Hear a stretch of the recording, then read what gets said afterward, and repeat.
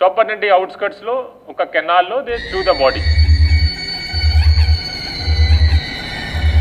Last 1.5 year నుంచి మనకి ఇది తెలియదు బాడీ ఎవరిది.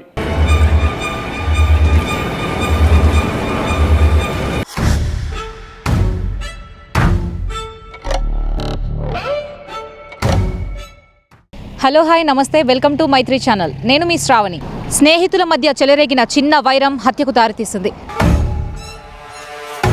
పక్కా ప్లాన్ చేసి మరీ పోలీసులకు కూడా దొరకకుండా మర్డర్ చేశారు. 21 నెలలు అంటే సుమారు 2 సంవత్సరాలు ఆ మర్డర్ మిస్టరీ లాగానే మిగిలిపోయింది. నిందితుడు తాగిన మైకంలో నోరు జారి పోలీసులకి చిక్కాడు. ఇంతకీ ఎవరా యువకుడు? హత్యకు గల కారణాలు ఏంటి? అసలు పోలీసుల దర్యాప్తులో ఏం తేలింది? Let's watch. సో 21 నెలలు అంటే సుమారు 2 సంవత్సరాల క్రితం జరిగిన ఘటన జిల్లా వ్యాప్తంగా సంచలనం రేపింది. కరీంనగర్ జిల్లా కొత్తపల్లి మండలం మల్కాపూర్కు చెందిన కవ్వంపల్లి దినేష్ భూ క్రయ విక్రయాలు చేస్తుంటాడు. ఈ క్రమంలో మల్కాపూర్కు చెందిన దేవునూరి సతీష్, దినేష్ వీరి మధ్య భూ అమ్మకాలకు సంబంధించి కమిషన్ పంపకాలు అంటే ఆర్థిక లావాదేవీలు అనుకోవచ్చు. ఇలా కొన్ని గొడవలు జరుగుతున్నాయి. ఇదిలా ఉండగా దినేష్ ఓ యువతికి ప్రేమ వివాహం చేశాడు. ఆ అమ్మాయిని దేవునూరి సంతోష్ తరచూ వేధించేవాడని, ఈ క్రమంలో దినేష్ సంతోష్ కు 2-3 సార్లు వార్నింగ్ ఇచ్చినట్టు తెలుస్తోంది. అయితే వార్నింగ్ కు సంబంధించి సంతోష్ తన అన్న శ్రావణ్ కు తెలియజేశాడు. ఎప్పటికైనా దినేష్ వల్ల తమకు ప్రాణహాని ఉంటుందని భావించిన వీరు దినేష్ మర్డర్ కు స్కెచ్ వేశారు. 2024 ఫిబ్రవరి 25న శ్రావణ్ వదిన చనిపోగా దినేష్ అక్కడికి వచ్చాడు.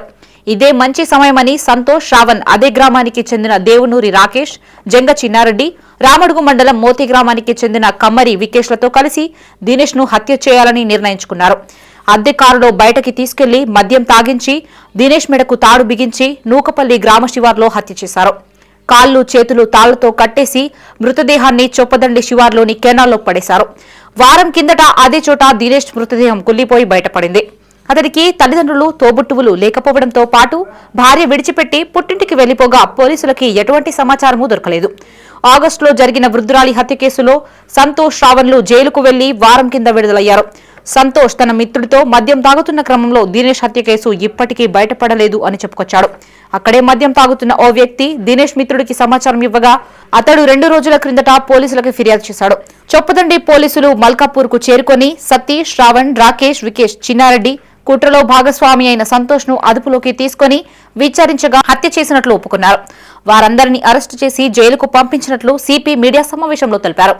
కవ్వంపల్లి దినేష్ ఇతనికి ఎవరు రిలేటివ్ కూడా లేదు. No mother, father and wife is also not there, divorced. So complaint చేయడానికి కూడా ఎవరు లేదు. Recently through his friend we got to know that he is missing. Recent అంటే 1 week back.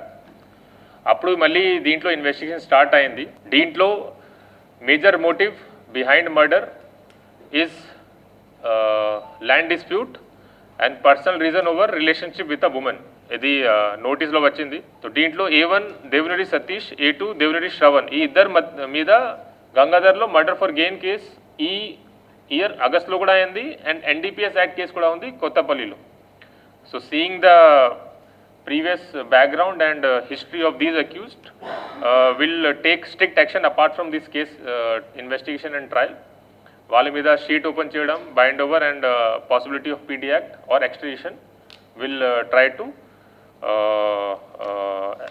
think on that and stringent action will be taken on these apprehended accused. So చూశారు కదా, ప్రాణ స్నేహితుడే కాలయముడే చివరికి ప్రాణాలను తీసేశాడు. తస్మాత్ జాగ్రత్త. యువకులంతా కూడా ప్రేమ వ్యవహారాలు, అక్రమ సంబంధాలు, అలాగే ఆర్థిక లావాదేవీలు లాంటి విషయంలో చాలా జాగ్రత్తగా ఉండి తమ విలువైన ప్రాణాలని కాపాడుకోవాలని మేము కోరుకుంటున్నాం. కెమెరామెన్ శేఖర్తో శ్రావణి, మైత్రి ఛానల్, కరీంనగర్.